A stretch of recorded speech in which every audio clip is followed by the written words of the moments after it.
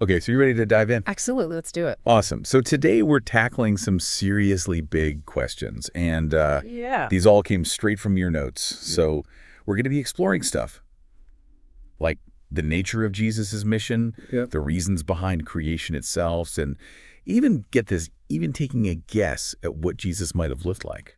Fun stuff. Right. Yeah. We're not aiming for like definitive answers or anything, but hopefully we can unearth some, interesting perspectives along the way. What do you think? Yeah, I think it's fascinating how even the way these questions are phrased kind of reveals some underlying assumptions. Like, take the first one. Why did Jesus decide to save the world?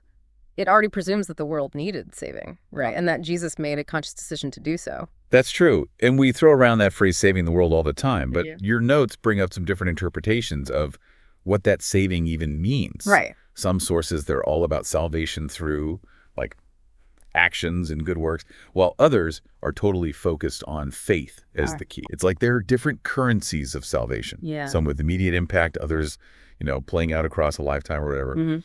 What really jumps out at you from your notes? What kind of currency seems to be the focus for you? Yeah, well, I think that's a great way to put it, talking about different currencies of salvation. But it gets even more complex when you think about what world actually refers to. Right. Is it the literal planet? Is it all of humanity? Yeah. Or a very specific group of people? Your notes seem to be pulling from sources that really focus on kind of the spiritual transformation of the individual soul as the primary world that needs saving. Yeah, that makes sense. So it's less about rescuing the planet from physical harm and more about guiding individuals toward like a deeper connection with the divine or something like that. Exactly. So maybe saving the world is less about a one-time event and more of like an ongoing personal journey. Precisely. And that leads us perfectly into the next question from your notes. Why did God create the world in the first place? And again, your sources, they present a range of ideas here. Yeah. We see everything from a meticulously planned universe with a super specific purpose to creation being this spontaneous act of love overflowing from God. Some sources even suggest the need for companionship as a motivating factor, which I always find pretty interesting. Yeah, okay. The idea of God needing company is a little mind-boggling, I gotta admit. Yeah. But some of your sources, they dive into these like Kabbalistic interpretations that suggest creation stemmed from a need to share this like divine abundance. There's this concept of Tzimtzum. Have you ever heard of that? I have, yeah. It's like a self-contraction of God to make space for the universe. And it's driven by this desire to share goodness. Right. Pretty wild stuff, huh? Yeah, it is. And I think it really highlights how differently various theological traditions approach this really fundamental question.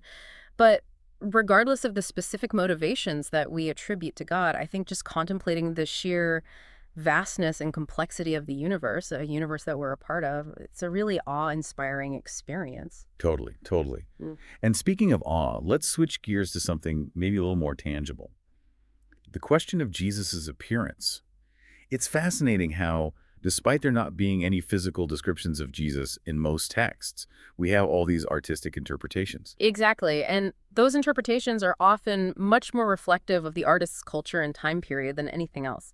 You've got some interesting research in your notes about how depictions of Jesus have actually evolved throughout history, often mirroring like contemporary ideals of beauty and masculinity. It's a good reminder that we might have a completely skewed image of what Jesus actually looked like. Right. He was just a man living in a specific time and place, so it's likely he just blended in with his environment rather than standing out. Right. The focus in your sources seems to be more on his actions and teachings rather than his physical form. Right. Which I think is a good reminder that outward appearances can be deceiving and that true understanding really comes from engaging with someone's character and message, not just how they look. Totally.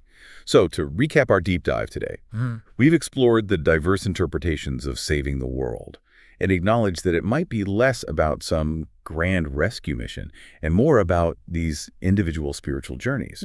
We've touched upon the mystery surrounding the creation of the universe and recognized the variety of theological perspectives on God's, motivations.